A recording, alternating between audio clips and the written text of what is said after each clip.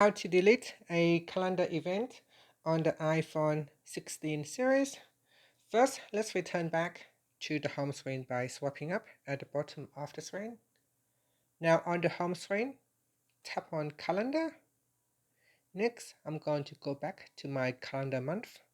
And in here, scroll down and select a calendar event that you would like to delete. So here I have a calendar event.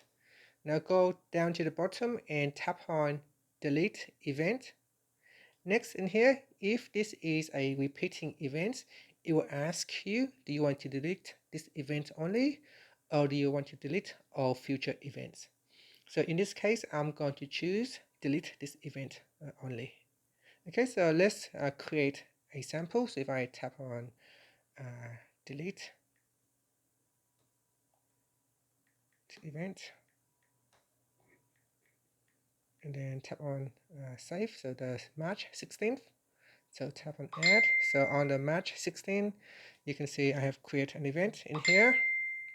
So to delete the event, we can tap on the event to open it, then tap on delete event, then tap on delete event. And that's it. Thank you for watching this video. Please like and subscribe to my channel for more videos.